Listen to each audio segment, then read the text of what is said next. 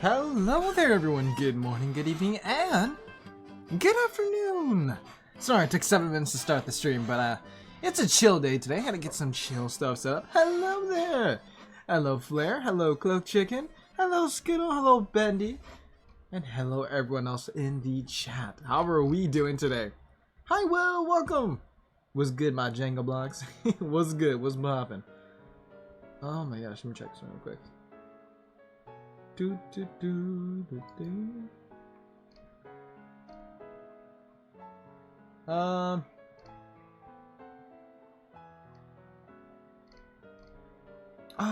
okay. Tomorrow, my last exam? Oh, I wish you good luck, chicken. I hope it goes well. Hey, school, okay, for people who are in school, I wish you luck. God, I remember when I was in little school, it was so stressful, dude.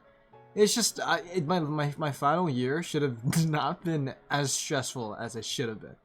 Also, which story are we starting with? It's been a while since we've done a reading stream. So, I'm thinking we flip a coin, or spin the wheel! So yeah, that'll make it more fun. First off, I'd like to take a survey to see who wants their stories read. So I think Bendy and you, Flair, probably have your stories read today. But if anyone else wants to, feel free to add now before we officially start reading. I call dibs, mine is only 8 pages. Well, I like to have spin the wheel. You can't call dibs. There's no dibs in this. So spin the wheel. It's roulette time. Me. Okay, we're gonna read Skittle's story now. Skittle, your story comes in right now. I don't know if it exists, but we're gonna get to it. But yeah, how are we all doing today? Gamble to read. Exactly, we love gambling. God. Well, what is that emoji? Oh, it's a roulette. It's a gambling machine emoji. Oh my god, that's an actual thing. Holy shit. I was like, what is that? I was so confused. Also, yay! Yeah. Hold on, let me do Flare, Bendy, and then we'll put yours in there. Hey Lou, says Blue, gonna look at the shadows, and I'm good. I destroyed my uniform today. Blue, what did you do? What do you mean? You didn't ruin your uniform. You destroyed it. What happened? I gotta hear this. What the hell? Also, welcome to the stream. Feel free to lurk if you want to. As I said earlier, I'm doing good. That's good to hear, Flair. Chicks is 99% of gamblers quit before they hit big. Oh boy. Dear God, it is real. Yeah, dude. That's what I'm saying. What the hell, dude?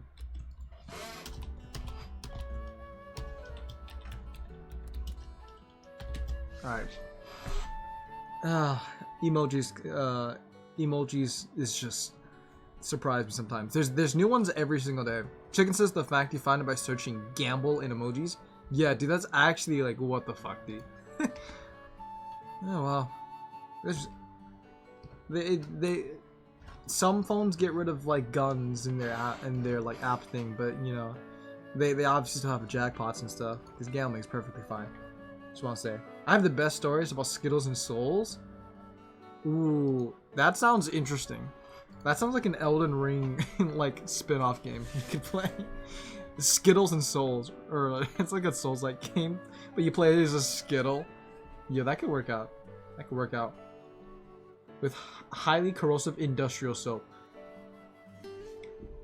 Soap? Blue, did you say soap destroyed uniform?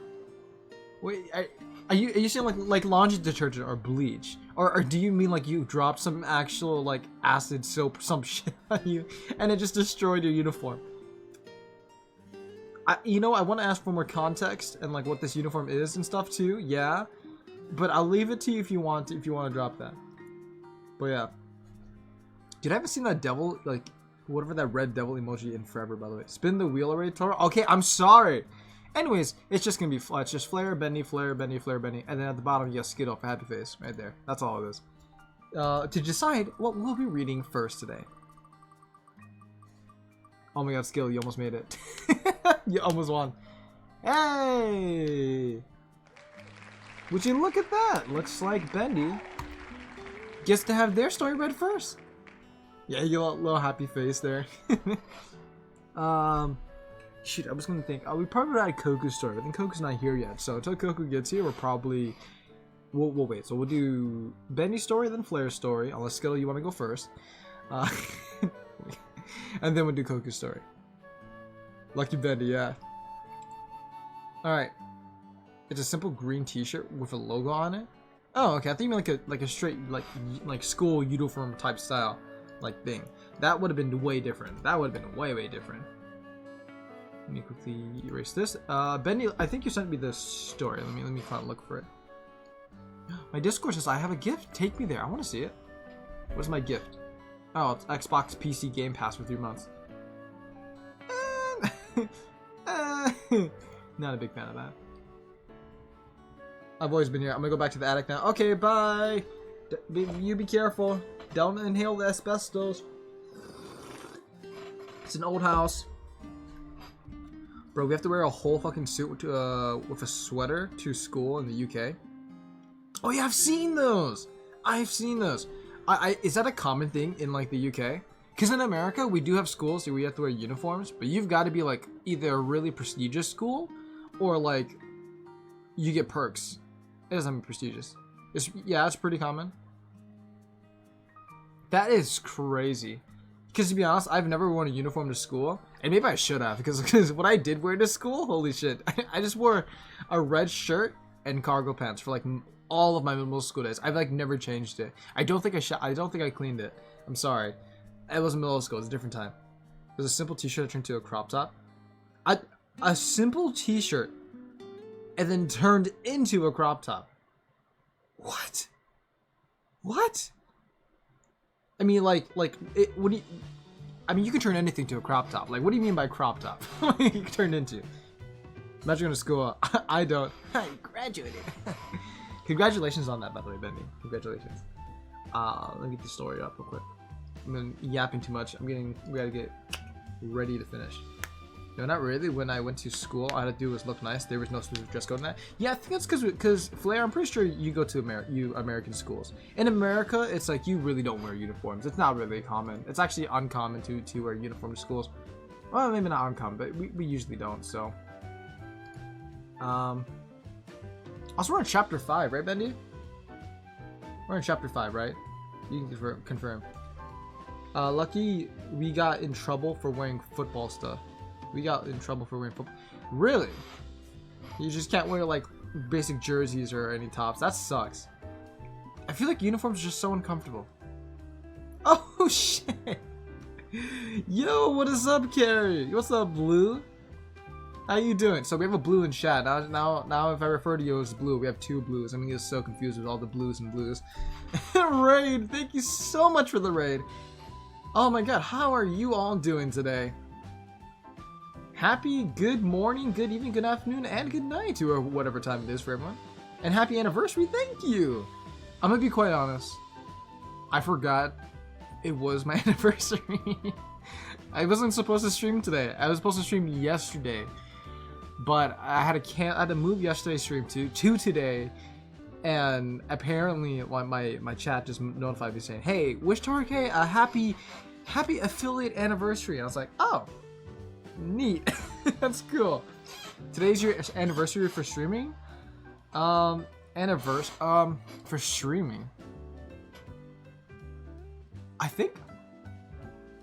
For how long? Hold on, actually, I gotta double check because I do know it's almost been a year, but I thought I really started in July, but I might be wrong. It could have been in May, actually. Igor, welcome to the chat, and also hello there. I missed a few people from the raid. Volk, I saw your name. I didn't know how to say it, but just say hello, welcome everyone.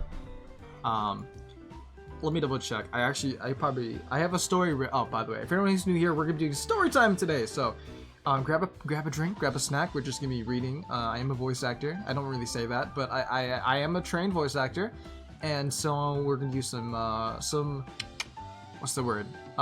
Audiobook stuff, basically, with a little bit of hiccups here and there. That's pretty much. So we might have been late in celebrating. I'm gonna be honest. Yeah, we might actually. We might be a little late. Let me just check. Let me check. View affiliate agreement, affiliate onboarding. Stream channel settings. Stream. Where I'm so confused. You know, we'll check it later. We'll check it another day, okay? It's not too important right now. But yeah, welcome everyone to the stream. We're gonna start reading in a bit. I gotta get this thing set up though. I think Bendy, yes, chapter 5. Okay, let me pop that open. Is this working? Oh, it's not working. Great, I love it. I love it when it doesn't work. Give me like 1 moment.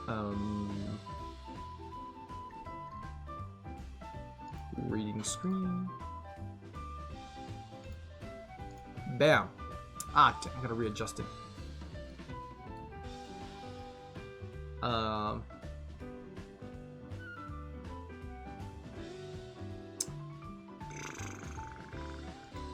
Bam. Okay. Oh, my anniversary for watching streams is right at the beginning of September. I think so. I started streaming like daily around like the July, around this time probably, and then Koku raided us once, like after a few months after that, and then that's when everyone started coming in to watch more daily, and I believe that was, I want to say, that was probably like September, and then our actual anniversary is probably around now. I don't remember though. Can you read mine after? Yes, we can, Skittle. So hi Star, welcome to the stream. Haven't seen you in a while. What haven't you seen you? No, you've been here recently, but you haven't been too active. You know what? Yeah, nice to see you. Let's see. Shay's book's a little different when we read into. I'm turning to something better. Oh, nice, nice. I'll read this. 300. 500 pixels. There we go. We'll move the right one to like 300, like 400, 500. Perfect. I think that's good. Is this good? Is that like? Can I zoom? Should I zoom in more? I most definitely should zoom in more. Oh yeah, I most definitely need to zoom in more. Okay, this is way better. Let me readjust this screen. Gosh dang it. I was sleeping under a rock. Was it cozy and comfy down there? I bet it was. I sleep in the void. It gets sometimes kind of cold and quiet here. 200. That's about a good distance. I think that's a good distance.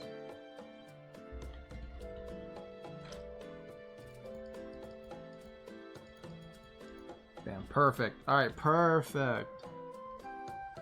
Perfect. This is totally not... Okay, it's killing my OCD a little bit, but I think we're fine. Are we all good? I think this is good, right? Chapter 5. So I gotta wait till the story ends, and after that we get to your story. Yes, we will, Flare. And then after that, we'll probably read a little bit of skills. You might want to go with something a little more cinematic, because this chapter is going places. Okay. What kind of music do you... If you don't have anything, I'm gonna find something.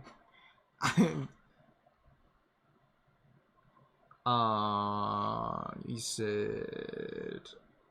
Cinematic. What is cinematic?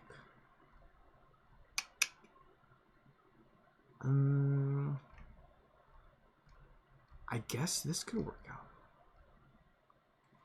I might have something. I think I found something too. Let's try this. Let's see how that works. Oh, excuse me. Okay, let's check this.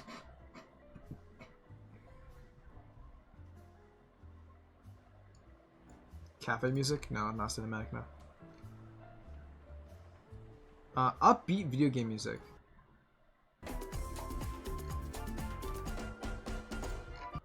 Nope, that's too upbeat, not cinematic enough. Mario Kart Wii themes to do your homework at 150cc? What are these playlists? Wait, these are amazing playlists. This is cinematic, right?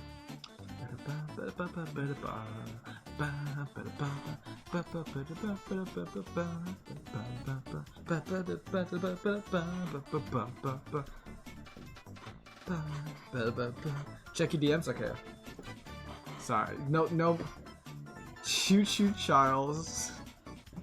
No Mario Kart Wii music. We'll save this playlist though. We'll listen to this at the end. This is probably a good pick. Can't wait till the creator Choo Choo Charles just takes my stream down for DMCA. Gotta love it. Ba-da-ba-ba-ba. Alright. Are we all ready? I'm gonna check a few things real quick, and then we should be good to start. It's not copyrighted? I was joking. Whatever it is, it's not. I'm not too stressed about it. Yeah.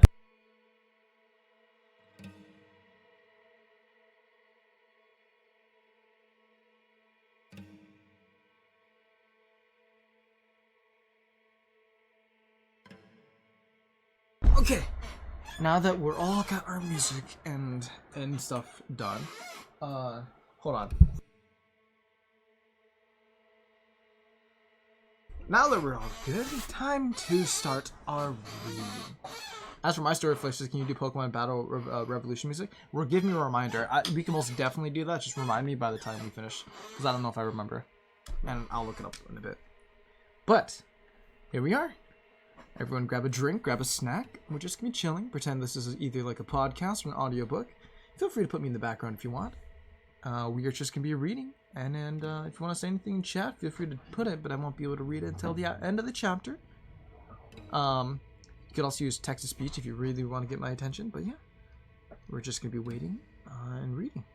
That's about it. So yeah, give me one moment, and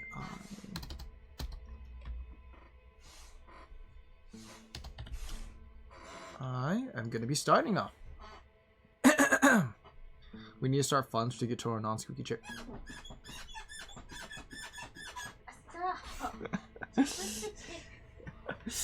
Okay. Well, I'll get some oil. We'll get some funds, and I'll buy some like WD-40 or something and put that in. I'll put that in the chair or something. That could be good. That could be fun. All right. But now, we can start our read. So I'm going to give you like 5 seconds of silence and then start reading. Hope everyone's all good to go. Here we are.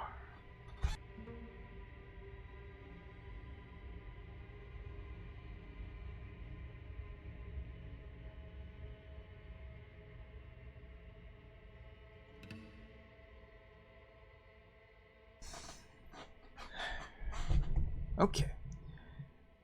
Chapter 5. He only has a week left to live, ma'am. We either do this one thing that will save him, or you're going to have a funeral to pay for. A male voice spoke out. His tired eyes shifted over to a woman who stood on the other side of his hospital bed. He could see her mouth moving, but her voice was silenced by the beeping of a heart monitor. He looked down at his arms to see multiple IVs sticking out of his arms. The beeping of his heart monitor went quickly, then slowed down. The woman looked at him and sighed. She said something, and the male, who was noticeably dressed like a doctor, nodded his head. He slowly closed his eyes, and it all went back to the darkness. He woke up to the sound of a chamber door slowly opening. "Hey there, lad," a man with an Irish voice excitedly said, as he handed him a red bathrobe.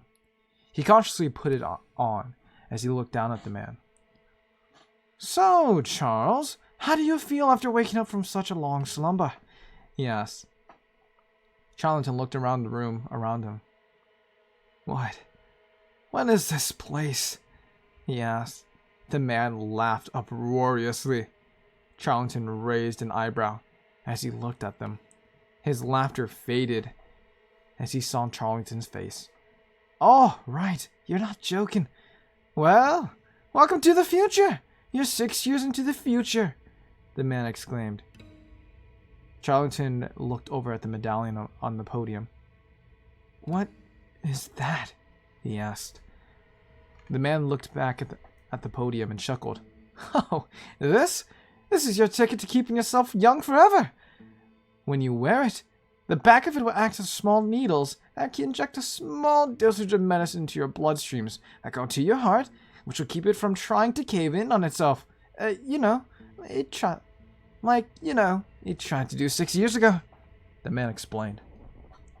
The man took it off the podium and handed it to Charlington. He put it around his neck as he felt the small needles do as they were described to do, which caused him to be startled. Whoa, that sure is something, Charlington stated. The man chuckled as he motioned for Charlington to follow him. Charlington stood in place as he looked down at the medallion hanging from his neck. Who are you, sir? Charlington asked.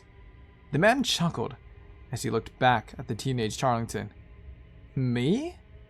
You can call me the Hunter, he smirked. Supreme's head creaked as he looked around, feeling as if something was watching them. It feels as if somebody has abandoned their home, he growled. The room went pitch black as a red holographic projection of all the dead rejects shone from the glowing red line on his mask. They all stood like mannequins, and he looked at each of them. He moved his large left hand down and pointed his robotic, bony index finger at the holographic projections as he moved his skeletal jaw while it silently mouthed the names of each reject. Then once it reached a small gap on the far left, it stopped. The lights turned back on as the holographic projections disappeared. So, the Herald of Hope has left her cage and began to spread her wings. I hope the Guardian Angel knows this, otherwise trouble could potentially be against us, he stated as he looked up at the ceiling to see a large hole that seemingly led to the surface. Supreme tilted his head, and red mist leaked from his mouth. He looked at his right arm, which consisted of a stretchable robotic arm and a metallic spearhead at his right hand, and launched it further into the hole until he heard a loud clunk. He retracted his claws and he slowly rose further into the hole. Oh boy, would you look at this catch? A gruff voice of a fisherman spoke out as I took a fish off his hook. The older woman who sat next to him chuckled softly. Just as the fisherman threw the fish back into the water, a metallic... Bendy Attack 1224 says rereading this with the knowledge of how the sequel book goes just feels really weird, lol. Oh, no spoilers, no spoilers. I love stories like those though. I'm always a big fan of stories where you can read it one time, and then when you read get ahead, you can look back at the series and be like, wow, Always fun to like foreshadowing stuff or like you feel like it's like more planned out or pre-planted. Cool stuff though. A metallic spearhead rose out of the water and gripped onto the highway bridge that went across the water, causing the part of it to crumble. To their shock, Supreme rose out of the water like a monster from a monster movie. He loomed over the highway bridge as he looked around downtown Brittleville. The moonlight shone on his rusted body, and the logo of his mask glowed red. The fisherman and woman quickly grabbed their stuff and ran as the logo flickered and went dim. The jaw unhinged as a figure jumped out of it and landed on land. The figure was a silver robot, covered in dirt and oil, and wearing a leather cloak that had holes in it, which made it easier to see the rusted gears, and that turned and creaked with a metallic ribcage and heart to represent a normal person's ribcage and heart. A golden disc sat near his neck that held his hood, cape, and leather cloak together, were scratched up and chipped. He wore an amulet that had a golden outline with a logo in the center. The logo was a large, thick red X with a large, thick red line going horizontally above it. The robot seemed to have a metallic spearhead for his right hand, but a robotic hand with 5 sharp claws for his left hand. He chuckled sinisterly as he looked back at the empty shell of Supreme. All right, Herald of Hope. Let's see how you deal against the hunter himself, the hunter said to himself, and sinisterly chuckled as he smiled widely with his orange eye glowing brightly. Also, welcome to the chat, Pixel. Are we really doing this? John asked as he looked back at Cyborg Opal, who wore a hood over her head. She held her cloak closed. She held her cloak close, tightly, and she nodded. I know this dude. I frankly trust him with my life more than I trust you or the mariachi band dropout. She looked over at Gerardo, who walked next to her. No offense, by the way. Gerardo chuckled softly and smiled. The four stopped in front of a semi-small brick building with a big neon sign that was not working due to the blackout that read lock and key hardware. There's no sign to the back door, so he should be here, Cyborg Opal stated as she pushed the door open carefully. The four walked into the hardware store where they were greeted by empty silence. It was usually common for it to be quiet at this time, as the store was about to close up shop in a few hours. It was a quaint hardware store with a wooden checkout counter in the back of the store, and spinning racks and shelves filled with different types of screws, nails, tools, wood samples. The wood itself was kept in the back of the store due to being near the saws. If a customer asked for a certain size of wood and toolboxes, the wooden checkout counter had different posters and flyers on the front that were for different town events, and even a silver cash register that looked old-fashioned, but wasn't exactly a stranger to newer forms of payment. The store was mostly covered in dark green carpet, with maroon-colored rugs that acted as a pathway from the door to the checkout counter. It only had one glass screen door, and its windows were large, but only sat in the front part of the store, due to the hardware store sharing its lot with two other businesses on both sides of it. Hello there! Welcome to Lock and Key! A booming Italian voice spoke out. Oops. The four looked over at the wooden checkout counter to see a tall man with a white dress shirt that had its sleeves rolled up to reveal the man's arms.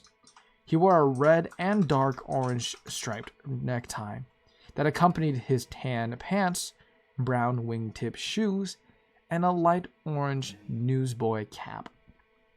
He had olive skin, hazel eyes that accompanied his big, bushy brown eyebrows, and a pointed nose that accompanied his big, bushy brown mustache. His face was rounded, but he had a slightly pointy chin that was a nice contrast to his brown-haired comb-over that sat underneath the newsboy cap. He stood a couple inches taller than Gerardo, but he was an inch shorter than John. He also was slightly pudgy, with his arms being noticeably hairy, but with his hair being brown, you couldn't really tell. He had a welcoming aura about him, and that made Cyborg Opal smile slightly. It was almost the same aura you'd get from a loving father.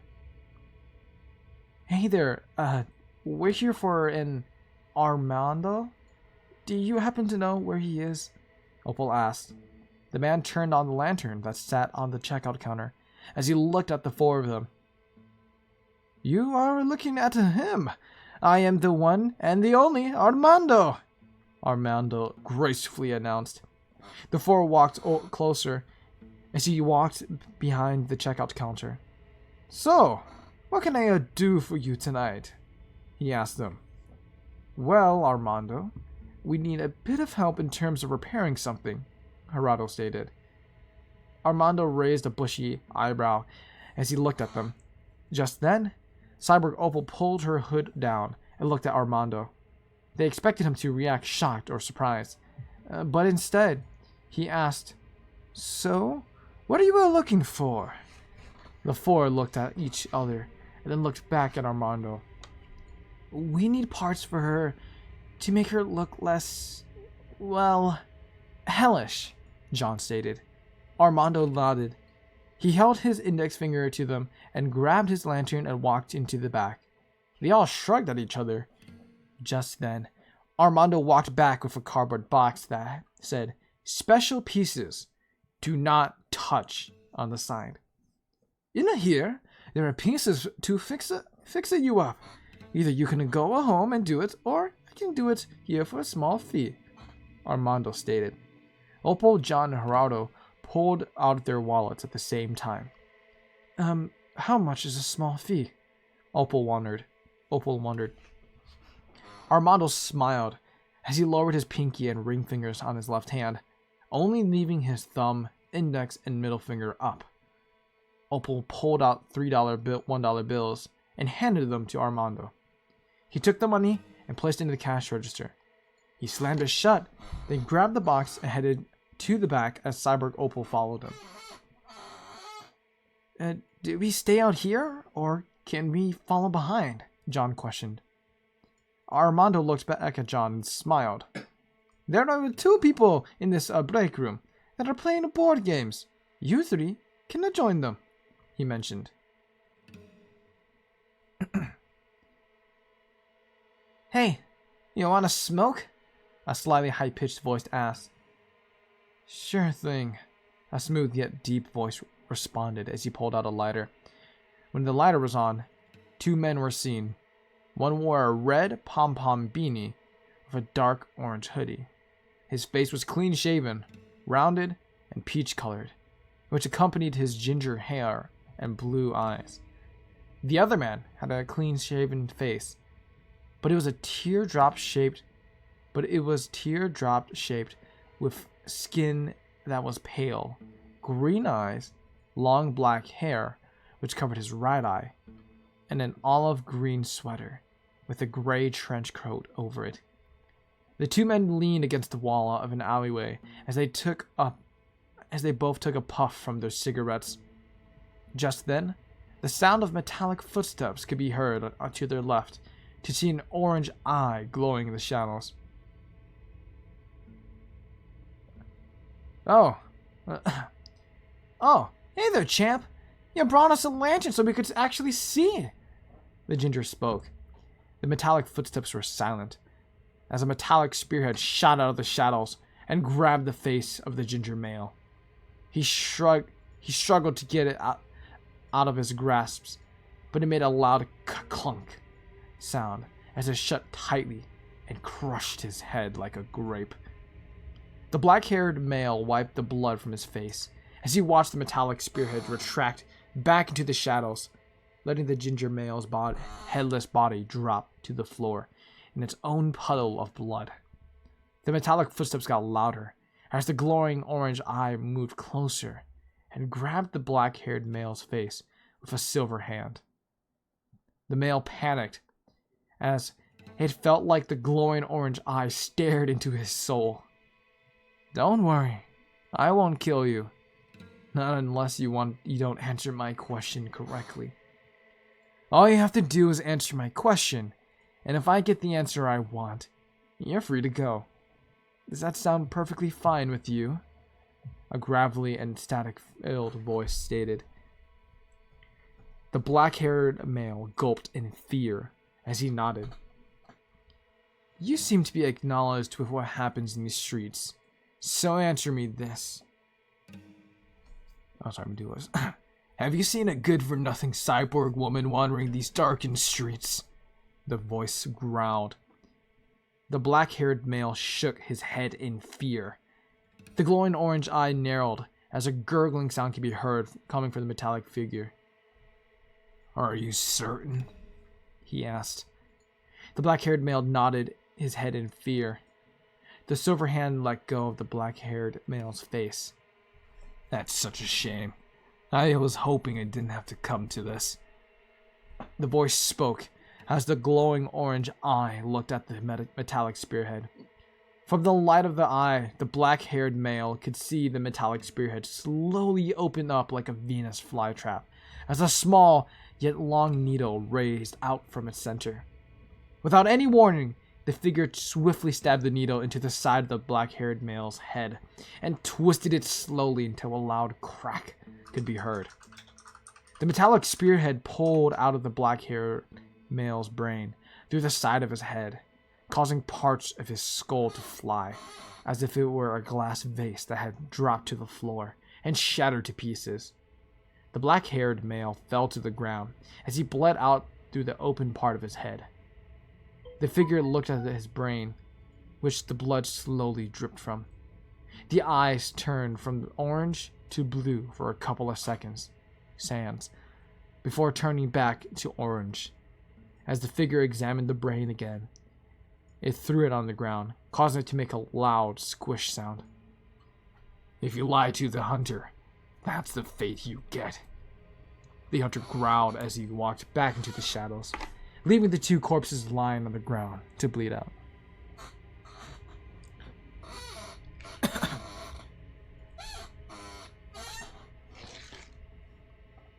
Also, that's really cool, Bendy. Armando from the Capital Wasteland. That's really cool. Also, welcome Simon back. Cyborg John pushed the door open to the warehouse as he looked around, making sure he wasn't being watched. He pulled the flashlight out of his hoodie pocket and turned it on. He carefully walked through the warehouse, looking around at the now darkened warehouse. After a couple of minutes, he made his way to a workbench with blueprints on them. He looked at each one until a specific one caught his eye. It had his name on it. He looked at it closely and noticed something interesting about it. On the diagram that represented his back, it showed a hidden compartment that was lodged under his skin and placed on his spine. He read the notes that were scribed next to it by Charlington and smirked. He backed away from the workbench as he looked over his shoulder to see a scythe hanging on the wall. It was taller than him, with a long black cylinder for the handle, and a curved yet sharp silver blade at the top of the cylinder. He walked over to the scythe and took it off the wall. He noticed that near the blade, a familiar logo could be seen. It looked like a button, so he pressed and felt a spark go through the cylinder into his body, causing him to close his eyes in pain. After a couple of seconds, he opened his eyes again to see something in the upper right corner of his vision that read, all guardian angel powers accessible. He smiled from ear to ear as he stood in a T position and felt something under his skin begin to break out. Two small gunmetal gray spikes pierced through the back of his ribcage, though through his skin and even through his hoodie. Loud chugging noises could be heard as the two smiled spikes transformed into two large robotic gunmetal gray angel wings. God has the power to give, and I have the power to take. Cyborg John sinisterly chuckled. He grabbed the scythe, then walked out of the warehouse. Once outside, he looked around at the darkened city, then at the night sky, and saw the moon slowly beginning to set as he took flight. I'm sorry, my chair. Look, let me get a different chair. Hold on. I'm sorry. Let me just get a different chair. Also, a high flare. Wait.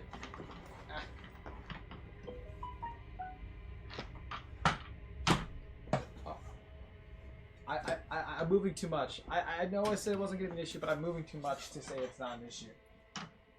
I'll get some WD-40, okay? I promise. My stuff. Okay, I think this one's less squeaky. Ah, shit. Also, yes, Steven and Luca from Capital Wasteland are here. Cameos! Woo woo! Woo woo! We haven't gotten there yet, though. Don't spoil it. Okay, I switched chairs. Continuing on, though.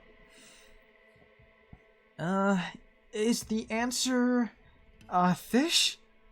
John looked up from the table at a person who wore a white hoodie over their large white t-shirt underneath it, and was accompanied by a black high-waisted pants, black tennis shoes with white tips and laces, and a gray nightcap with a teardrop-shaped pom-pom that dangled from it that sat on top of their long silver hair, which was now in a ponytail. Their skin was slightly pale, their build was tall and twig-like, and their face was slightly rounded. No, it isn't. However, that was a good guess. They spoke with a slight smile on their face that made their deep blue eyes glisten. The voice sounded soft yet slightly high-pitched, almost similar to that of a woman reading a story for an audiobook recording, mixed with the same tone as a man giving a presentation at a work meeting. "What is it then, Stephen?" Opal asked. "Really, nobody knows the answer to this?"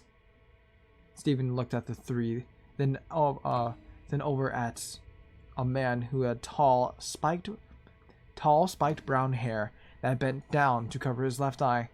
His left eye had a scar across it, with bushy eyebrows that sat above his green eyes.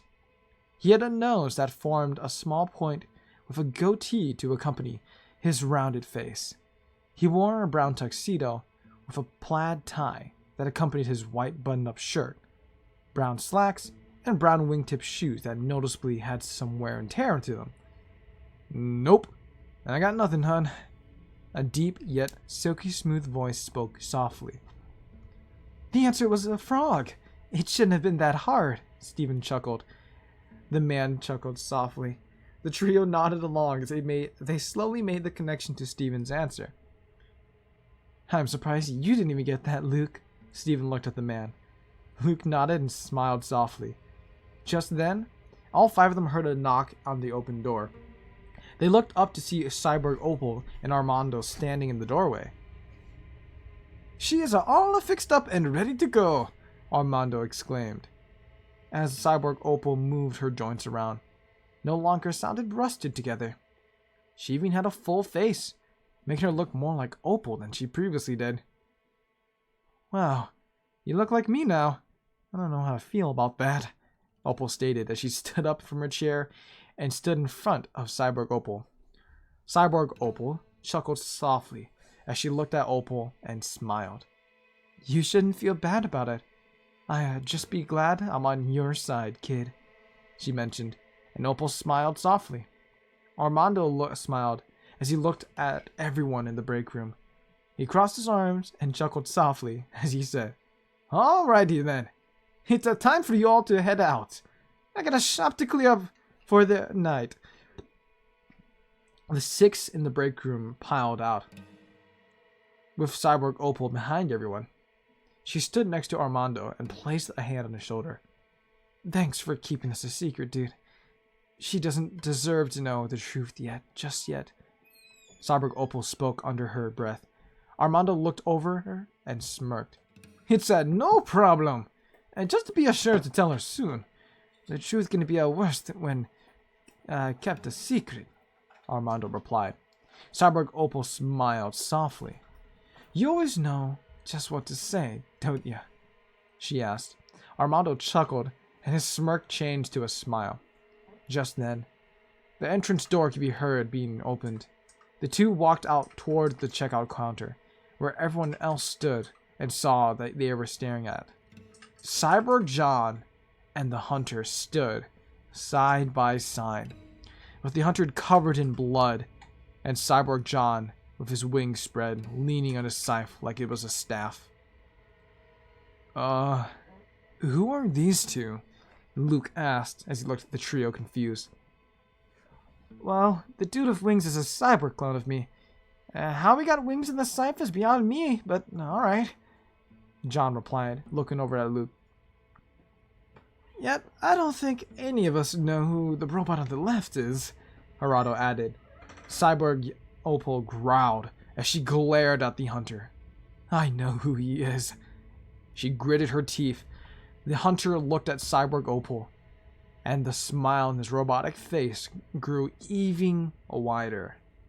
"Well, well, well. Look who decided to join my team. Or to join the team. The one and the only Aisling Diomane. How have you been enjoying your new life, my dear?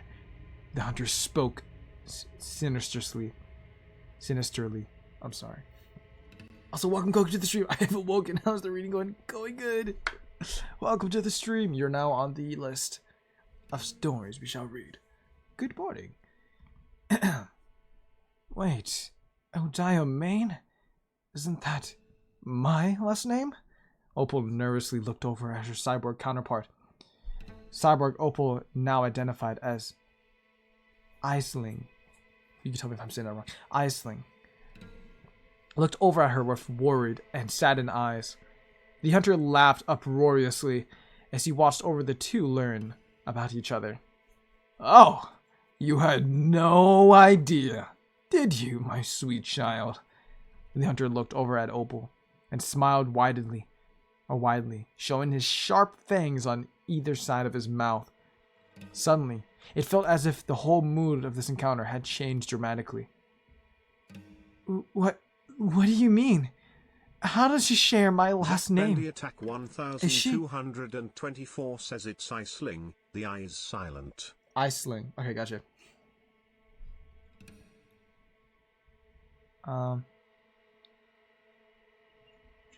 Is she... Opal couldn't finish her sentence as she looked at Aisling, who looked away with sorrow in her eyes. I was going to tell you when the time was right, Opal. I really was, Aisling muttered. Opal looked away from her and over at Hunter, whose smile was just as wide as devious as it was before. The hunter snickered as he looked at Opal. Not all of us are just some bionic clones of you pests. There are some of us who share the lives of those less fortunate. Just like Kane's wife right here, who should have died in the blackout. Cyborg John commented. Oh, that was Cyborg John. You wore a smug smile on his face as he looked over the hunter. The hunter looked back at him, then back at the crew standing behind the checkout counter. All right, enough about revealing a past long forgotten and all of that. We have a job to do, the hunter stated. He extended his left arm as it reached across the room and grabbed Aisling, I think it's misspelled, by her arm and pulled her closer to him. Armando ran to his arm and placed both hands on it and ripped it in half. Red sparks flew as the hunter retracted what was left of his arm. Okay, you're a strong man, sure, but can you handle? The hunter started to talk, but was interrupted by Gerardo hitting him in the back of the head with a hammer. The hunter slowly turned around to look down at him. Gerardo stood his ground as he turned to the hammer around and stabbed the handle of the hammer into the hunter's chest. The hunter growled in pain as gears started to tear against the wood of the handle, creating an awful grinding noise. Stephen jumped on the back of the hunter, causing him to fall to the floor, and pushing the handle further into his chest. Cyborg John quickly walked over to the checkout counter as his eyes glowed bright green, and he swung the scythe down in front of him, cutting the checkout counter in half. The remaining group behind the checkout counter moved out of the way. Opal ran to the left and grabbed a crowbar from the shelf. John ran to the left as well and grabbed a nail gun from the shelf, and Luke ran to the right and grabbed a 2x4 wooden plank from the shelf. Cyborg John looked to his left and right and smiled widely. Looks like I'm gonna have some fun now, aren't we? He smugly stated, as he let his wings spread widely. Just then, a shot rang from the nail gun as the nail flew towards Cyborg John, but he ducked it as it flew across the room and towards the wooden plank that Luke held next to him. It pierced the wood, causing Luke to jump slightly. You missed me, John, Cyborg John sinisterly spoke, as he walked over to John and Opal, gripping the handle of his scythe. He swung, but as he missed, both John and Opal moved out of the way and caused the shelf he did a horizontal slash at us to slowly fall towards him. He beckoned up as he heard a loud thud come from behind him. Have you had enough of me, you damn pizza maker? The hunter growled. Armando got up from the ground as he cracked his knuckles and straightened his cap. Steven, Luke, and all of Armando's employees knew that when he straightened his cap, it was a warning sign that he was on his last nerve. Not yet, you futuro pezzi di merda robotico. I'm sorry, butcher that. I'm sorry. Armando grumbled as he ran at the hunter and punched him in the face, knocking through the glass door and out onto the road. He stood up slowly and began to walk back towards the shop, but a semi-truck ended up driving by and hitting him, leaving on his now crushed legs lying on the road. Everyone stopped fighting as they watched the upper half of the hunter get taken away. Cyborg John looked back at everyone and felt his body begin to twitch. You know something? I'm done messing around. You all think you can win any fight and get away with it as if nothing happened. But I'm done. I feel like I was playing around with new powers I've discovered. After all, it's tough to be a god.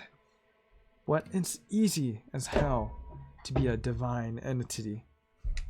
Cyborg John stated as green sparks crackled down his body, his arms, and all over his wings. Just then, 4 more gunmetal gray wings grew out of his back, and a third eye appeared on his forehead. His canine teeth grew into long fangs, and multiple black fabric vines wrapped themselves around his body, forming a black tuxedo that donned a similar red logo on his left breast pocket. He turned around to look at the crew and lifted his right fist up to his eye level, which was covered in green sparks. This is it. My time has cometh. I will finally show you all that God does exist, and he fears the powers that even his own holy angels hold. Cyborg John spoke as he put his right hand on the scythe and slammed the scythe's handle on the floor, causing sparks to fly. Everyone proceeded to get tased by the sparks and fell to the floor, knocking them unconscious. Cyborg John walked over to them and grabbed one of the group's members, dragging him out of the hardware store. Once he was outside, he threw the group member over his shoulder and took off to the sky where the sun began to rise. His mission was completed.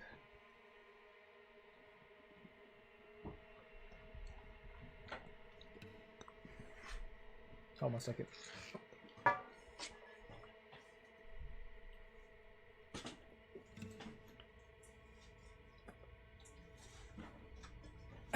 Clear my throat. Charlton stared at the mask that sat on the mannequin head and smirked. He took it off the mannequin and looked longingly at it. Do not worry, my plan will be complete soon enough, he told the mask.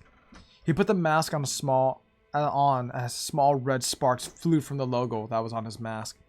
He walked over a wooden dresser, then opened the second drawer that held his maroon-colored robe and pulled the robe out carefully. He put the robe on as he looked at the mirror and stood next to the dresser. The golden shoulder pads glistened in the light of his office, and he smiled widely. Finally, after all this time, I will no longer just be Charlton Serenity Robertson, CEO of some big hotshot tech company. I will now be Charlton Serenity Robertson, the Supreme and the ruler of Brittleville, he stated. He chuckled softly, which slowly turned into hysterical laughter as he punched the mirror, shattering it. My past is no longer worth anything to me, as my future would be covered in blood and gold. Those slimy pests will never understand. All of them. Especially that damn detective who thinks I still cared for him. Charlton growled as he walked out of his office to see Cyborg John standing at the bottom of the stairs. He also noticed the unconscious body he held and smiled widely. So, you did your job correctly, and you've discovered a thing or two about yourself now, haven't you? Charlton asked him. Cyborg John nodded firmly. It was about time. Now, take this wasted shell of a human to the padded room. shall play a game with him in due time. And I'll make sure to give him a message to the rest of them soon enough, he told Cyborg John. Cyborg John carried the unconscious body into a room that sat under the stairs. Charlton chuckled to himself as he said, "It's all coming to fruition." Chapter end. Well, howdy, how are we all doing there? Alright, pulling everyone back. That was chapter 5 of Right Here, Right Now. What do we all think? What do you think of that? It was pretty good. A few minor nitpicks, but I think overall it was really fun. It was really cool to see Steven, Luke, and Armando again. I thought Armando sounded familiar. But really cool to see them pop in for a little bit. I'm curious to see if they're going to be like a main cast, like supporting cast now, or they're just going to be like Easter egg characters, and we're going to just continue on with like whoever the main cast is that's not taken. So, you know, and I like the mystery of that we don't know who's taken. You know, obviously, if like that only works in the story of like a that only works in like the presence of like writing a story. I'm curious how you do that in like in a visual novel where you can see who's taken. Quick question: is there enough time for it? I know what you're gonna say. If you're gonna say Roblox, maybe, just maybe. Also, neat story, yeah. Let me change the music. We're gonna put the Mario Kart music back on.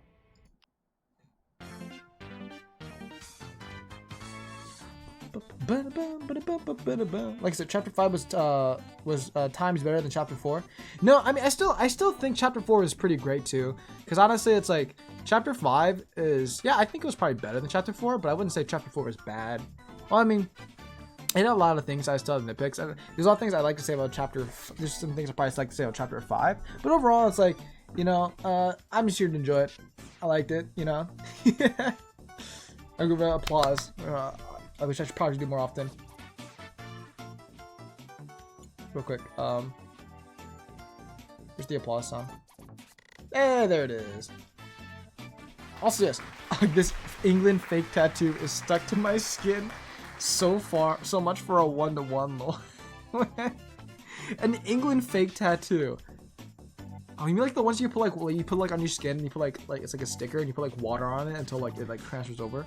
God, I haven't had those in forever. When you're putting on Crocs, I love Crocs, by the way. I wear Crocs literally every day. There's no day I don't wear Crocs. But yeah. Blue says, yeah, exactly that one. Yeah. So you said England fake tattoo. Is it just a flag of England? I'm gonna play Parkour Reborn modded. Nice. Let's not think it's GG. Oh, Pixel. Let's see. Blue says, my mom bought a bunch for Germany and England since we're German and English, and England was playing today. Oh yeah, pretty much. But just the flags that we have just a flag we have different regions. Oh right. Oh right. Yeah. Support your sports teams. So let me get that in the United States. Also, yeah, Torque Pokemon Battle Revolution music, please. Yeah, I got you. Pokemon Battle Revolution. Let's do. I wish we could do that in the States, because in America it's like, well, we do have state flags. I'm gonna be real. I think no one knows what the state flags look like. To be quite honest, I don't think anyone knows what the state flags look like. So if I wear a tattoo for our state flag, I'm like, oh, this is Minnesota, you know, or something like that, or like, oh, this is for like Virginia or California or like you know, Wisconsin, yeah. And no one's gonna know. No one's gonna know. I just put the USA flag, like USA, and then we're like, yeah, we got that. That's how it works. Patriotism. Patriotism. Let's go. Oh, what do you think of the revealing of Aisling? So is Aisling supposed to be like a relative or sibling of Opal? Because the same last name, but it's not Opal. It's not Cyborg Opal, right? Was that the reveal was supposed to be? She's Opal's mother. That's what I thought. Yeah. Yeah, that was interesting. I like that. But it's crazy to me that she looks exactly like Opal. That's what I think is crazy. I'd look like nothing like my parents. Also, I have to change the music. Alright, I'll play the Pokemon Battle Revolution OST for Flair for his story. Hey, I'm back. Is it my turn yet? Not yet, Skittle. We're gonna do Flair's, then yours. Do you actually have a story for us, by the way, Skittle? Do you actually have a story? I'm curious. Also, have I heard of Ark Survivor? Yes, I have. I'm not a big fan of it though. Yeah, we got Euros at the moment. So I've been watching way too much football. You mean soccer? USA, USA. No. No, it's cool though. It's cool. I never got into football or football.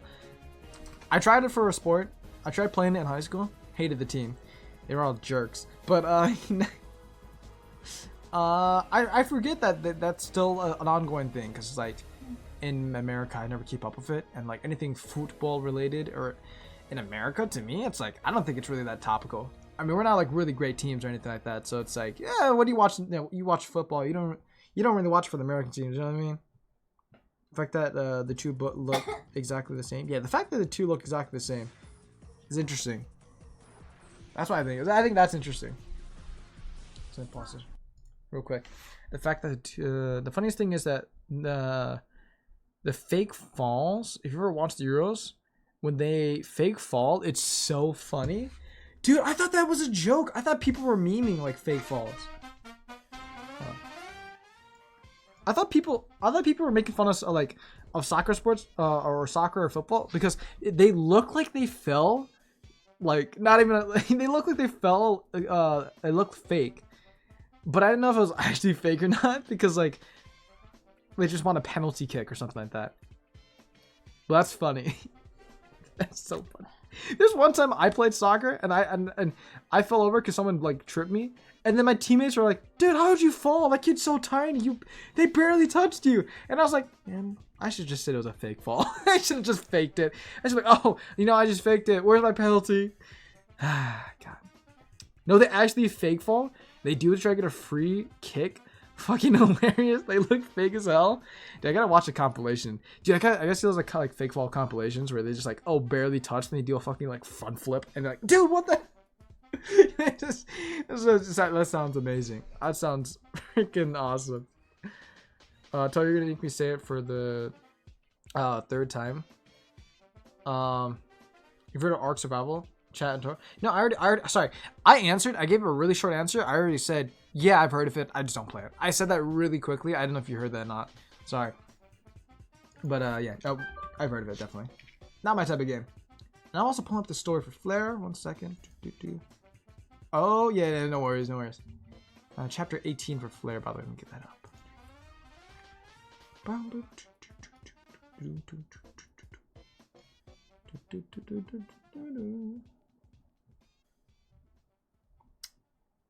Okay. Why isn't Ark your type of game? I just don't like survival games like that. They get kind of boring to me. Plus, I didn't really like the art style. I thought Ark looked really ugly, and I thought it looked like kind of like it hurt my eyes to really like watch Ark. Everything was just the textures felt super saturated and like ooh, it looked really bad. I didn't like it. If someone made a compilation of sound effects, I would watch this shit over and over. That sounds so like European. I feel like you just like watch football like compilations of like the players like falling over with sound effects or stuff. That sounds amazing. I've got to see that. I gotta see that. Also, ouch. If you like it, you can like it. I know it's very popular for people who like the Ark, and I'm not dissing people. I'm not dissing people who play the game. I just personally don't like it. I don't know. I just never got into it. For like those reasons mainly. Skill says for my story, I choose for my story, should I choose over a dramatic one or funny one? I don't know. You pick. Yeah. Have you seen the trailer? Is there like a movie for Ark coming out or something? Like, what's up? And also while we're talking this, I'm gonna start fixing the stream.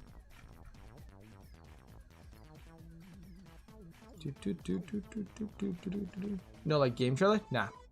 I'm not really interested in Ark. 100. 100s. Alright. I would do that much. And like 600 on this side. Perfect. I think that's perfectly cropped. Is that good? Oh, that's actually perfectly cropped. Oh, I'm so fucking good. I'm so good at my fucking job. God. They should just make me the standard for for a streamer in every part of the world. I'm just so good at my job. Look at me cropping stuff. So talented.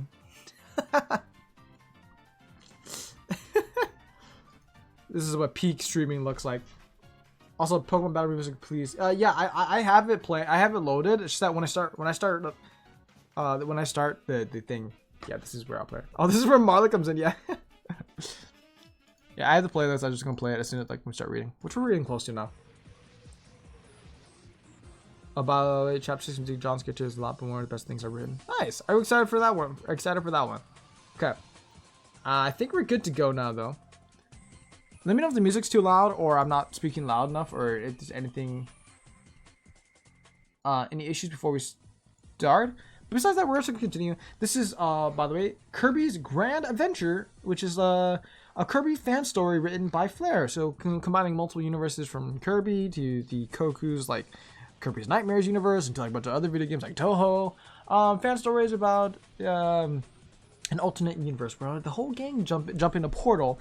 And their main goal was to blow up. No, the main goal is to find out why everyone's been disappearing, why they haven't been able to go back to the original worlds, and probably kill some baddies on the way. You know what I'm saying? You know what I'm saying? killing things. We love killing. Violence. Blue says, when I tried soccer, I ran into another player because I wasn't following completely. Instead of the other person falling, I bounced off the person and fell. Well, that's so comical. You fell onto another person, but they didn't trip over. You bounced off of them and fell on the floor. Dude, whoever that person you bounced into must have been a Giga Chad. Just like completely like, I would say completely bricked up. No, completely built Giga Chad. They look over their shoulder, seeing you on the ground. They're like, huh. just like an evil laugh and just fucking like continues like running towards the ball. Completely what? Don't worry about it, Simon. Anyways, we all got our drinks and snacks. We're gonna continue reading soon. Are we all good? Once I hear a yes from at least one person, then we're gonna start reading. Because we have about like an hour and a half until we gotta end stream. Give or take an hour and a half or less, so. No? Okay, well, looks like we're gonna be waiting here for a while, Simon. I'm sleeping. You should get some rest. What time zone is it in, like, South Africa? Or Africa? Is it, like, nighttime or daytime? I actually don't know. I'm tiny, said Blue. Oh my god. Hey, there's perks of being tiny. God, I want to see that happen, though. That sounds funny. It is currently 23:15, so it's like 11:15 p.m. Huh. That's like nighttime then, yeah. Well, it's Thursday. If you got school, go to bed. I'm not your parent, but go to bed. Get some rest. You could bring me with you if you want like an audiobook or something like that. We'll be going for like another hour, hopefully. So yeah. Playing PRM right now. Nice, Pixel. Nice. Local said I did an all-nighters last night and I'm tired right now. Lamau. I don't know how you guys do all-nighters. I really can't do them. Nah, said Simon. Well, fair enough. You're your own person. Do what you want. Damn, I thought I stay late up for these. I'm confused on how you guys can stay up so late, honestly. I tried to do all-nighters. I could not do it. Please start. Okay, sorry. We're gonna start. Last tangent though. I can't do all-nighters. Real quick, I don't know how people do it. I've tried. I go to bed at like 7. Yeah, I always pass at like 9 or 8. Yeah. Whenever I do an all-nighter, I always pass at like 9 or 10 a.m. No joke. Is that technically an all-nighter? Is that technically an all-nighter then though? Because I do the same thing, but it's like closer to like 7 a.m. Is that technically an all-nighter? To be honest, I do the same thing though. 100%. That's why I say I don't do all-nighters. Like I can't just go 24 hours no sleep. All I do is stay awake and draw. Locals on that grind. Anyways, you guys are besides that, gonna start reading though. I'm gonna go take a few deep breaths, take a silence, grab a drink, grab a snack, and yeah, we're gonna be following the story. If anyone wants to say anything, feel free to say it now. But I'm gonna close my eyes, take a deep breath, make sure I can start reading because reading is hard. And yeah, we're gonna start reading.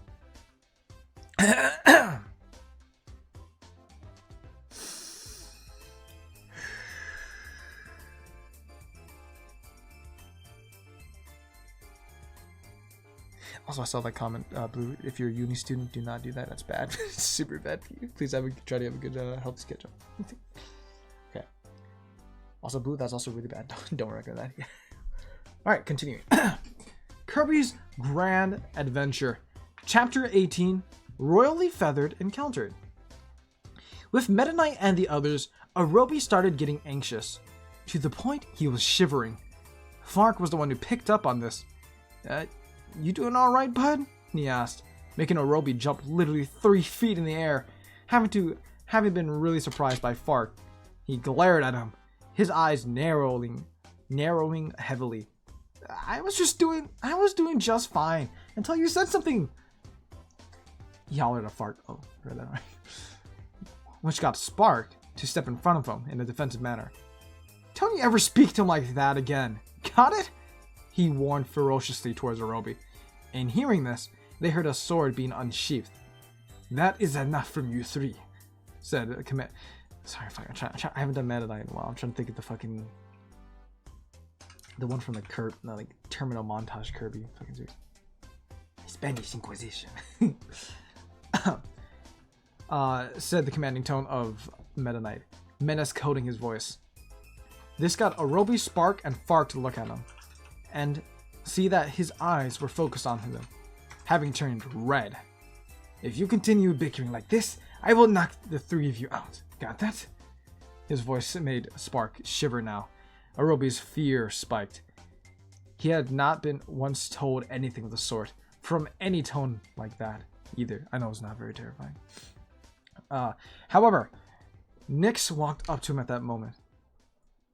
It's alright, sir, she told him in a soothing voice. Please, allow me to handle it from here. Meadow wanted to deny her request, but he found that he was not able to do so easily. Eventually, his eyes lost their fierce red and went to a yellow color, his gaze softening as he sheathed his blade once more. He nodded at her after that. Just what will she pull? Fark thought to himself, as he saw the events unfold. But it wasn't until she turned to them that it hit him. She was probably going to put them to rest, and with that in mind, he prepared his electricity for a powerful shock. Nyx saw this and narrowed her gaze at that, raising her nub and signaling for him to stop before speaking.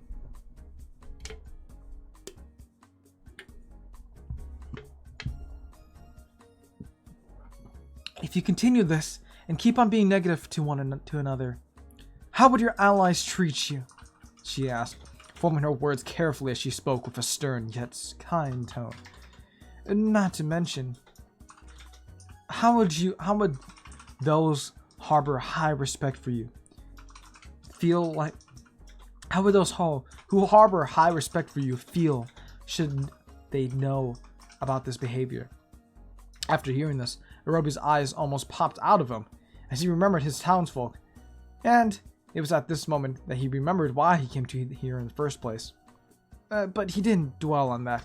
He focused on his townsfolk. Did they harbor respect for me? Or do they still harbor respect for me? He asked, knowing it was them who sent him. Or did they never respect me at all? But his thoughts were interrupted when Nyx continued. And how would Kirby react had he been here and seen this sort of behavior? She asked. This question even surprised Meta Knight, though Arobi spoke up. He would be disappointed in us, if not outright mad at us, he said quietly, getting a nod from Nyx. He would indeed be disappointed in your behavior. I wouldn't say he'd be downright mad unless the behavior continued, she said. Glad we aren't on his bad side then, Tiro stated.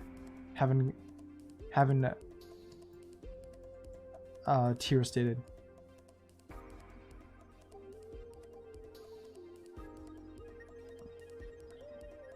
He sounds like he would be quite the deadly foe if we were to make enemies of him. He sounds like he'd be able to get me down quickly. Oh. He sounds like he'd be able to get me down quickly, Sakuya added, in a hint of fear in her voice. And that is not an easy task. In any case, Meta started. Let's keep going. After saying this, he turned and continued to walk forward. The others fell in line behind him. Spark, Fark, and Orobi making the rear of the group. Oh, don't you think that was a bit harsh, Meta?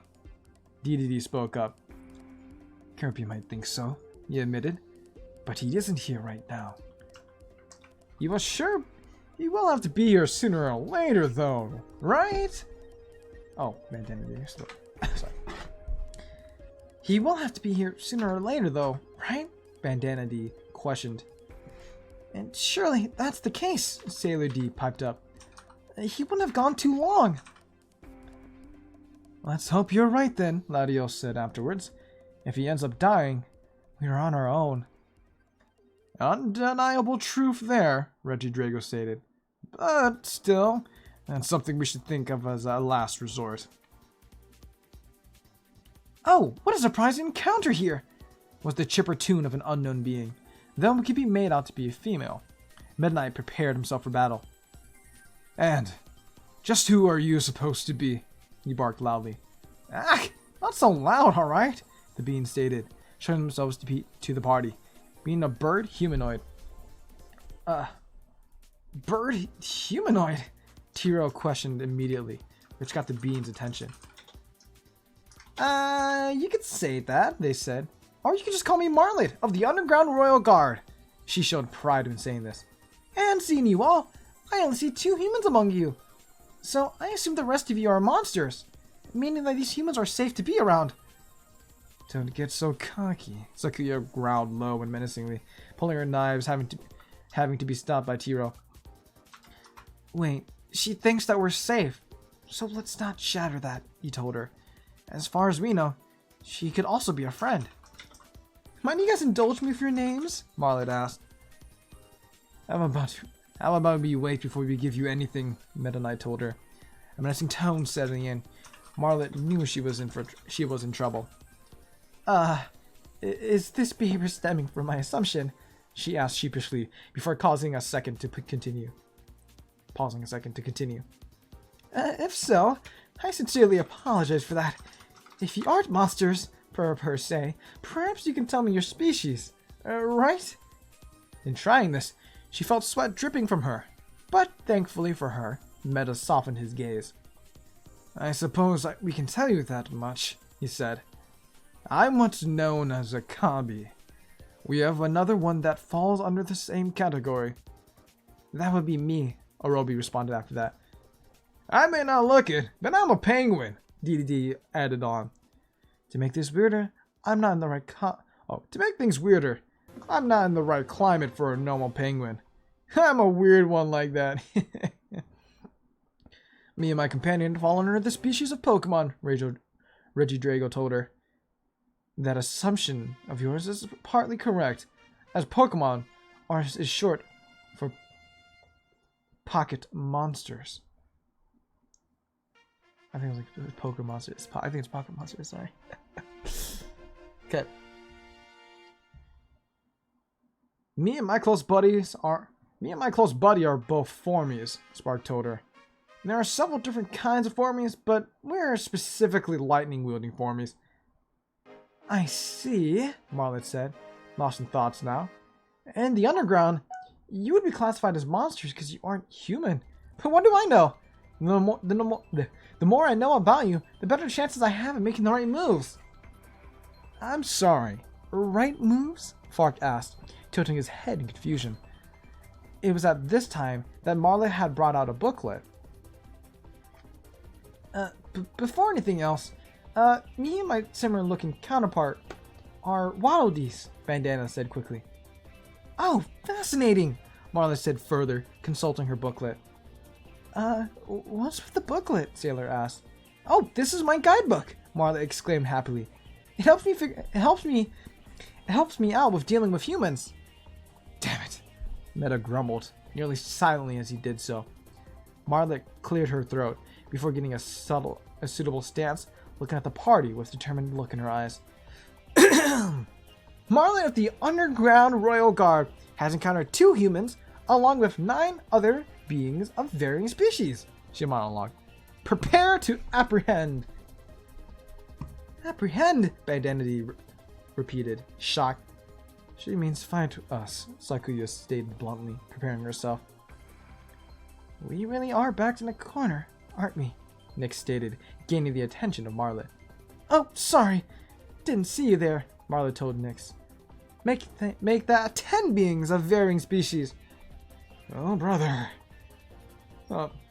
Oh, brother, DDD groaned. Step 1. Let the enemy attack first. She monologues further, having referred to her guidebook quite a lot. I suppose I'll start us off then, Meadows stated with a sigh, rushing Marlet with a drill rush, spinning towards her like a drill, colliding with her and launching her back. I'm next, Orobi states after that, rushing a swift slash through them, though missing due to Marlet's evasion. Let me at her, DDD roared next, rushing and slamming his hammer to Marlet, having a successful hit, causing her to leap back afterwards, stabilizing herself. Excellent, she praised him. Now for step 2, attack back.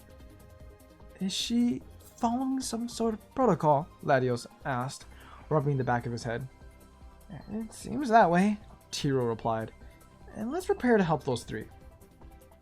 You will now know the true force of the Underground Royal Guard, Marlet continued, setting targeting feathers toward the entire party now. Upon seeing them come at them, Tiro put up a protective measure around them all, deflecting the feathers, and upon seeing the action done, Marlet smiles. You're good, she compliments the party. Well, it's your turn again. You're weird. You know that, right? Orobi blurted at her, getting knocked on the head by DDD. Don't just blurt stuff like that on the open, he warned him. Some people would rather not hear such things. He is right, however, Marlet replied, smiling. This is not the first time I've been labeled as weird either.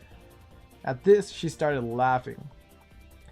Learn to watch yourself better, Sakuya stated in annoyance, suddenly tossing some knives towards Marlet, getting clean hits in. Ow! She grunted in pain as she is hit, stumbling back some. Okay, lesson learned. Knives hurt. She jots in her guidebook something to remember, then glances at the party, noticing some lightning about to come her way. As a bird, she knew she'd be obliterated. She'd be obliterated were she to be hit by the lightning. Are you gonna keep screwing with us? Spark hollered at her. Or will you actually fight us for real? Spark hollered in addition, both of them charging their lightning powers. Marlet felt more sweat drip from her face. Did I go wrong somewhere? She wondered aloud. Meta Knight visibly saw how scared Marlet was, and held out a gloved nub to the side. That's enough, he stated in a commanding tone. This brings surprise to all his allies, minus Bandanity, and find himself smiling. What the hell do you mean by that? Orobi hollered at him. She's a threat to us, he continued before being cut off by Meta. She is of no threat to us, he calmly stated. She's merely following what her little guidebook states. The steps she's listed, the actions and words she's taken and said. All of it was just following a protocol. If she really were to threaten us, do you think she'd genuinely praise us and comment on our attacks being good? And what would she be as scared as she is now if she were really an enemy of ours? In a sense, she's like me and Latios here, Reggie Drago stated. We hesitated to attack further, and after understanding everything, we became allies with you. So, she's most likely seeking the friendship as well. This got a nod from Meta, telling Reggie Drago that he too thought was the case. Orobi only scoffed at this, however. You can't be serious right now! Oh. Yeah. He grumbled more loudly than he wanted, and Marlet caught this hostility in his voice. I know you're mad right now, she tried in a panic yet gentle nature, but we can work through this. Work through this? He hollered at her. All you are is bird feed! At these words, Marlet felt as though a heavy weight had been placed on her soul. Bird feed? She mouthed, just shy of being silent. It was clear she was not happy, tears pricking her eyes. No one's ever called me such a thing before. And not in the mannerism you did. Orobi! Meta Knight started, menace coating his voice. Stand the hell down, or I will remove you from existence. He pulled his blade from his socket again. How dare you make an enemy of me, Orobi shot back at Meta Knight. Menace also coating his voice. But not another word could be said. As DDD took action, bonking Orobi on the head harshly with his hammer, and flicking Meta Knight harshly on his forehead. What in Nova's name is wrong with you two? He shouted at both their faces. You're both better than this. Oh dear lord, Sakuya groaned. They make my actions seem harmless in comparison. That child has been a thorn in our damn side ever since we knew of him, Farks commented bitterly. Maybe we should have zapped him dead a while back. Though my hand got placed on his mouth, caused him to look at a stern spark. It's not going there yet, he stated quietly. There may be a chance we can still salvage all of this. His words of hope hit Fark hard, as he nodded in understanding. Maybe it's good, Marlet spoke up. To be spoken in such a way every once and again. To be put in my place by words. Maybe I am like bird feed in a way. Maybe I am horrible at my job. All of this might be true. In saying this got a surprised look from everyone, even Orobi. Marlet, Latios started, then halting himself, not knowing what else to say. But I also know that as long as I'm doing the right thing right now, Marla continued, smiling their way. As long as I know that aspect, the harsh words I receive won't do much to bring me down. What? Orobi stated in surprise. What are you on about? You could have easily rushed me here, rather than use words, Marla told him. You could have killed me here, and the battle would have been won for you. Instead, you used words. Harsh words, they may be, but you didn't resort to physical violence. When these words were spoken, Orobi found himself tearing up. For some reason, he felt sad, guilty even.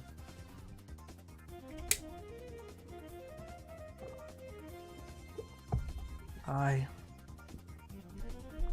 thought for certain she'd lash out at me, he thought, a tear slipping. But no. She hasn't yet attacked me for my words. She's still taking on a kind stance. She even admitted that she might be horrible at her job and everything, confirming what I had just said. He found himself sniffing, now using his energy to keep himself together and not break down, dropping his weapon altogether. I messed up. Big time. If it were anyone else, I can only imagine what sort of thing I'd be in for. But she's far different. He could no longer hold back himself together, falling to his stomach and breaking down on the spot. Meta leapt back in shock, losing all hostility in the moment. Marla took a cautious step forward, causing some of them to cast hostile looks at her, but was urged to come closer by Nyx. Pay no mind to anyone else, she stated calmly. We know you mean no ill intent. Hearing this, Marla continued her approach, calm and cautious. When she was close enough, she kneeled down to Orobi's level, setting her guidebook down on the ground. She starts to embrace him in a hug, causing Orobi to stop his breakdown momentarily and look at Marla and feel her caress his back in a soothing manner. His sadness had evaporated, replaced by happiness, and his guilt did not wash away, and fresh tears made his way down his face at a faster rate. He found himself burying into Marla's embrace, sobbing harsher than before. Hi Phil, welcome to the stream. How are we doing? Doing good. Welcome. Continue reading. We're still reading. It's alright, small one, she said in a soothing tone. Everything will be alright. Not only that, we need to get you back to normal. Somehow, she thought afterwards. You sure this is a wise action? Tiro asked her, only receiving a nod in response, causing him to sigh slightly. Just make sure you don't come to regret it.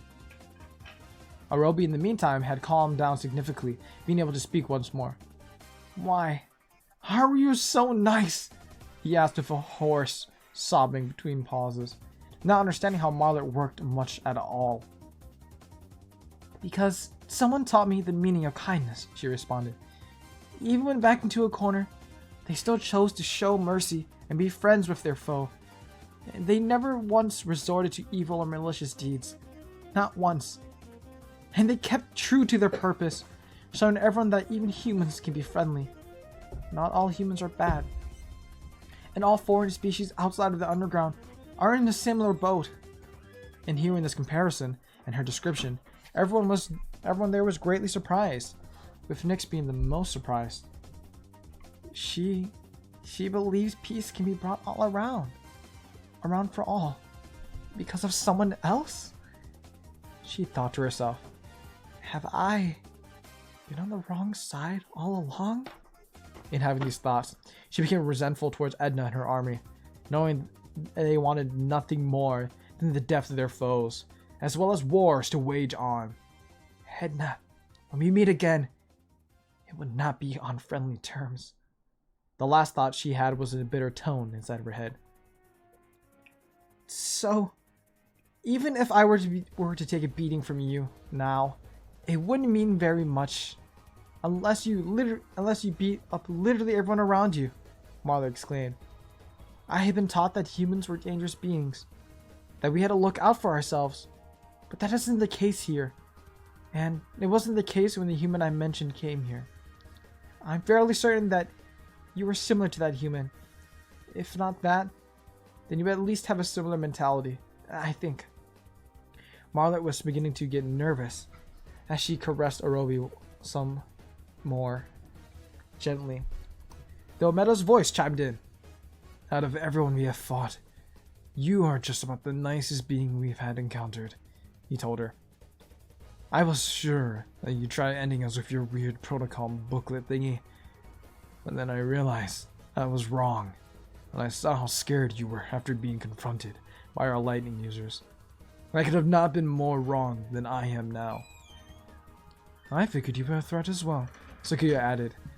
"Seeing your actions, though, has given me a new sense of perspective about you." She let a smile from on her. "You were very kind-hearted, almost more than Reimu Hakure herself, or even more than that. More kind-hearted than anyone from my hometown," Orobi added onto that, trying to control his breathing. "No one had ever treated me this kindly. Not once in my life." "Your hometown?" Marley inquired, before throwing a wild guess out there. "They wouldn't have sent you on a mission, would they?" Orobi immediately perked at that, looking at Marlet's face, showing a large amount of shock. "How do you know about that?" he asked her. "I mean, it was only a guess," she replied. "But they had told me they sent someone named Orobi to this place to slay a beast. What they said next sent shivers down my spine." At this time, they looked at each other calmly, having released each other from embrace. What did they say?" Orobi asked quietly, almost not wanting to know the answer. Marlet sighed sadly, answering only a moment later. They said that too much time had passed for him to return, so he must have died. That's what they told me when I inquired about it anyway," she explained, and Orobi felt a knot form inside of him. Marla continued, though. "And assuming you are indeed Orobi, that would mean that they were wrong about you. You still live, as proven what transpired here." Orobi gave a nod to her. "I am indeed Orobi," he told her. "And yes, I was sent here to slay a beast. Though, when I was shown what it looked like and everything, I could not do it alone. I was told a similar thing prior to that by our penguin friend here. He suggested we gather allies to face it together. But after we had gained allies, I forgot about the best entirely. And instead of trying to remember, I got mad and lashed out at others." Before continuing, he wiped his tears from his face and took a deep breath. "Even when you saw it a few moments ago with me and Meta, Marlet could only solemnly nod, as it was something she did not want to witness. Yet, despite my outburst at you and my allies, you still showed kindness. But that's beside the point. Okay, back it up, Sailor butts in. How does... However, she was cut off when Bandana put a nub on her shoulder. Don't. He already knows. Most likely, he told her. Let's just watch this play out. Well, it's alright, Orobi, Marla told him. You probably are scared. I get that. In any case, however, your beast situation, I know what you're up against. This perked Orobi up greatly. Really? He said in a hopeful tone. I do, regrettably. That tone Marlet took was that of a somber tone. Orobi had a guess as to who it was. Potentially, and everyone else there wanted to say something, but didn't want to ruin the moment, so they stayed silent. Is it some sort of clone of yours? Orobi prodded further, gaining the full attention of Marlet in that instance. A surprised look on her face, but nodded. Yes, she responded. To be specific, she's my Zenith form. We can't show any mercy against her, no matter what. And you were tasked with killing the beast, so you can't show any mercy toward her either. Her tone was more somber the more she talked, and it was at this point that Orobi placed a nub on one of her wings. Then if it comes down to it, we'll fight her.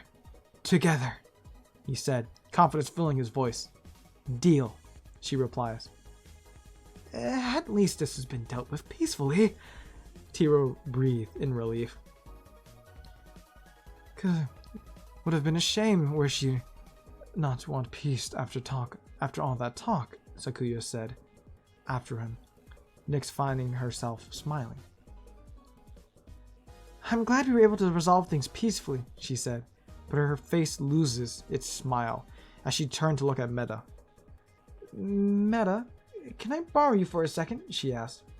Meta Knight looked at her and nodded, going away from the party, while Nyx following behind him. When they were adequately far from them, Meta turned to Nyx. Is something on your mind, Nyx? He asked her. She nodded slowly. There is, she said. It's about who I really am. Dun dun dun! And that's the end of that chapter. Yay! We're gonna clap. Clap. Me a little applause. Yay! I can see my story. I really gotta sleep, but I don't want to. You should get some rest if you have to. Also, you have a story? I want to know more about this. I have a draw a lot for an art fight. Anywho, Lama. I'll already see that art fight local. Don't forget to post it. Don't forget to post the art. Your art is awesome, dude. And also, welcome to the stream, Phil. And welcome back, Simon, from Changing Computer. I made it in 20 minutes. All right. We'll take it. Send it to the Discord and ping me, and then we'll take it. I do apologize. This chapter was a little weird. You know, don't worry about it. Seriously, don't worry about it. It was fine. What do you think of this chapter? It's interesting. I remember because you made this chapter when we finished playing Undertale Yellow, and I think, oh my god, Undertale Yellow was like, I want to say months, dude. It was so long since we played Undertale Yellow, and it's interesting to see. Now we finally got to the part where Marla is in the story. This is cool. I finally got to see it.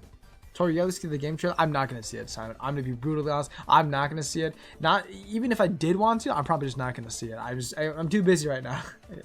I could see it, but Ark is an old game, and I already know what's in this. I don't really know if I want to play. Oh snap! I need to go get some sleep before work. Yes.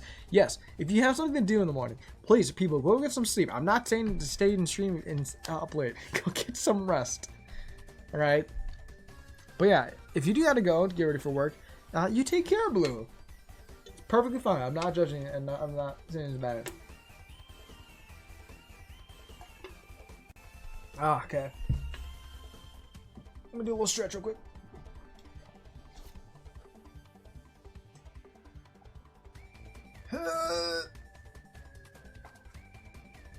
I'm stretching.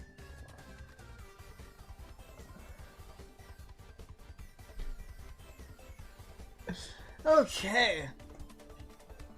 All right, I'm gonna show you Lopez an amazing game, brought me ideas how to add those characters to the story. Yeah, I really liked. I'm glad you played the game by the way, because Undertale Yellow is really good, by the way, really good. So that's awesome. I'm glad they're in the party now. So yeah, you have a lot of post writing too, but I think we'll skip that. We'll save it for later. And before I forget, I'm gonna. Before I forget, and I gonna type. Whoa! Thank you so much for that, Blue. What the hell? Heck, sorry, my language. Oh my god. Blue, thank you for the 5,000 bits. Dude, that's insane. Holy moly, yeah, holy cow. What the hell? I gotta give you like a better Discord role now. I feel bad. 5K? Give me... Hold on. I gotta... Can we get like an applause? I'm gonna extra applause. Thank you so much, Blue. You have a great night. I really appreciate this. Make sure you get some good rest. Like, yeah, that's a lot. That 5,000 bits. That's like $50. Twitch probably takes like, you know, maybe like a lot of it, but maybe like 30% of it. But that's still like a lot, dude. Thank you so much. Much appreciated. Oh my god. Holy. Well, I wish you have a great rest. Thank you so much for that. It's like the first time we've gotten that many bits. I'm so shocked. I just don't know what to really say. Thank you. Just really thank you. Holy. Yeah. Yeah, just thank you. Oh my gosh. You welcome, my dude. Thank you, my dude. You have a great time at work. Don't stay up too late. Get some good rest. If your health declines, you won't be able to come to stream. So that's a bad thing. Make sure you get some good rest, alright? Holy shit. Thank you again though, seriously. Can we ever get like can we ever say thanks? That's awesome. Can we say thanks in the chat? Poggers. I want to say, I would throw out poggers. Poggers in the chat. For the 25k bits for me is at least like yeah, it's like rubles. That's like rubles, right? 6,000 rubles. Yeah, I think so. But yeah, we have poggers in the chat. Rands. It's rands. Rands sounds like bands. Passing bands. Oh gosh. Okay. Let me see what Skittle. Do you have the story? Feel free to send that. Oh guys, just pop in to ask how stream's been going. It's been going great. How are you doing, Koku? Welcome to the stream. We just got a 50k bit donation from Blue, so that was awesome. Holy moly. God. That's a lot of bits. That's a lot of bits.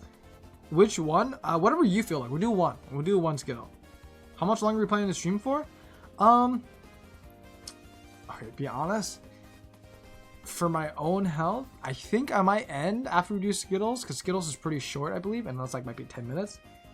But I also really want to try to get to your stories as well, or we can save your story, Koku, for like the first. You get the first story for the next reading stream.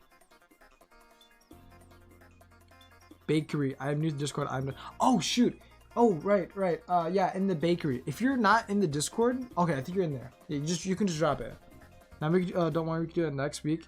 Tis all G. All right. Sorry about that, dude. Oh my gosh. Need your epic rest, mate? Yeah. You got some big things tonight. Some fun projects I'll be doing tonight, and I need to get some rest for that, and then I get back to work. Tomorrow's Friday for me, so I'm excited, because after Friday, I also get a weekend. I know, it's crazy. By the way, I thought about this. This is a little side tangent. Well, it's so cool. It's about me. I read this little thing, Skittle. Well, real quick though, real quick. Oh, actually, really short. Okay, you know, I'll read this real quick right now. I said real quick 3 times. I think 4 times in a row. I'm going crazy. I'll read the story real. I said it real quick again. real fast. And then after that, I have a little story time and some updates for this stream. After those updates that I give, we're probably gonna raid someone or we can end stream, and then we'll end for today. So everyone stay by for like the last 10 minutes, and we'll do a little raid. And I got a little update too because I want to ask some questions on what we're gonna do for tomorrow's stream, which is Friday's horror game stream, and also what we're doing for the weekend. I will be going to Anime Expo. So yeah, that'll be. I'll ask that in a bit. But first, this is Skittle's story. How I became a Skittle. True story. Let's turn on the marketing music for this one. Once upon a time, I was watching some totally family-friendly stuff on YouTube while brushing my hair. It was so normal. It was so weird. But no, it wasn't the normalness that was weird. I had a craving for Skittles. So I went downstairs to rummage through the cabinets and try and find one. I couldn't, so I went upstairs angry at my kitchen, still wanting Skittles. I went back to watching very angelic videos and combing my hair. I really wanted delicious Skittles. Like, really wanted them. So much that my hairbrush was looking real tasty. Because it was red, like my favorite Skittle. All I could think about was Skittles. I just wanted Skittles. I tried closing my eyes, trying to forget about them. But when I opened my eyes, something happened so unexpectedly. I opened my eyes to see my hands were more than a normal shade of pink. I thought maybe I was just hot, so I shut my eyes again. I took one sneak peek at my hands, and they were red! I started to panic. I looked up at the mirror, and it wasn't me staring back. It was a Skittle! I don't know what happened. But the lesson is don't get addicted to Skittles. It's so real. So cool. It's so real, Skittle. That's is this lore? Is this the Skittle origins? Also, blue is cool. Cough, cough. Thank you, Blue. This is the Skittle lore. True lore. But hey, that's just a theory. A game theory. Thanks for watching. That's amazing. But yeah. Oh my gosh. Wow, that was pretty cool. Thank you for that, Skittle. Very short. I think we all liked it. I'm gonna give a little applause for you. And I did promise. I would like to give some updates. So I'm gonna let me pause finish and drink my kickstart smoothie. Okay. So, neat short story. Yeah, exactly. Very neat short story. I love short stories. We should do more short stories. That aside, before we do any rating, a few updates. Tomorrow, I am curious. I want to play a horror game for tomorrow, but I also want to see what horror games everyone thinks we want to do. Bye, Tara. Yeah, have a great night, Skittle. You can get some rest now. Take care. Thank you for the short story. Thank you and take care and goodbye, Skittle. But yeah, continuing on. I think tomorrow we're going to play a horror game. It is Friday Frights, so anyone know any like short, and I do mean kind of short, like maybe small indie or pretty cool horror games we could play? Just because I think it'd be really fun to do a game that's not too long, maybe take a few streams to do, or one stream, but something that's also not too short. Maybe if like a whole stream, like just like complete a whole stream at the least. If not, I do have an idea. We could play like some previous games that we didn't finish, like Fear and Hunger. We could continue playing that because I think that's technically a horror game. That game is terrifying to me, and also it's a really great game. But we'll see, because there's some games where I think it's a little bit. Well, Fear and Hunger is a long game, but it's such a good game, and I think like it's kind of easy. I've been suggested to play like The Exit 8, which I heard is a really short, like it's like a short horror game. It's a short walking simulator. And it's like inspired by some like Japanese underground like passageways, like liminal spaces and backroom stuff, like really kind of like unordinary kind of like this is a weird place kind of vibe stuff. And it looks interesting. It's also very new, but if anyone's heard of it, let me know. I think we might try it out. And yeah, last thing I do have a question about is that On the first week of July, from the July 2nd, which is a Tuesday in July, till July 8th, I will be attending and doing some California stuff. I will be attending Anime Expo. And so I want to know, right in chat, does anyone want to see me stream my Anime Expo experience? Because I will totally, if he were like, we'll do some IRL streams. I would totally be okay with streaming, like us walking through Anime Expo and seeing how it goes. Sure, because I know there's some people that probably have never seen Anime Expo and they're like, huh, you know, like I wonder what it looks like, you know. I think it'd be pretty fun. But also, it's like, and we'll have it off time. It's not gonna be at like the usual time, maybe slightly earlier, slightly later, and also, I don't know if we can have good connection there, so we'll see. Is Anime Expo basically an anime convention? Yeah, Anime Expo is like one of the biggest anime conventions. I think it's contesting with like is it Anime Con? With this or like Comic Con? No, Comic Con's like for comic stuff. And this is Anime Expo. It's like the Anime Con. Yeah, it'd be pretty interesting. I think it'd be pretty fun. I'll leave that for people to think about, because I might do it, I might not, but we'll see. I can't guarantee I'll see all of it though, because I might end up being busy. Well, the thing is that we'll be going for multiple days, and I might be streaming it for multiple days. Who knows? So that's why I'll leave the option kind of like there. So if anyone's curious or wants to try it, or think we should try it, feel free to let me know. That'd be fun. And that was basically kind of the update. Yeah, I think we're free to end the stream. Before we do that, I'm probably gonna check my notifications. I think it's probably good. We can probably I think we can probably go do some raiding now. The only person I can really see that we can raid right now is probably like Ludibri or Atomic Rose. I think Atomic Rose we might know them a little bit better. They're a good friend of one of our awesome streamers, next to the Dragon. So yeah, we're probably just like, or community members, so we'll probably just go raid them. Donut raid, yeah, we haven't done a raid in forever, so raid someone in the fellow community. There's a raid browser command. That's interesting.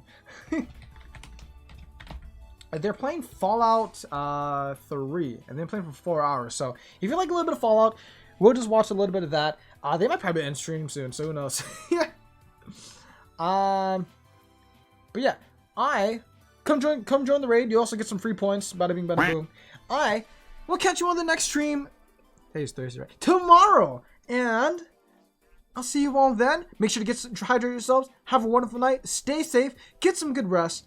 And thank you all for joining the stream. Be nice. Say some nice things. And don't erase in the chat. And I will catch you all then. Bye, Target. Bye, Claire. Bye, everyone. See you on the Discord. I haven't raided in a while. What would I do? Whoa!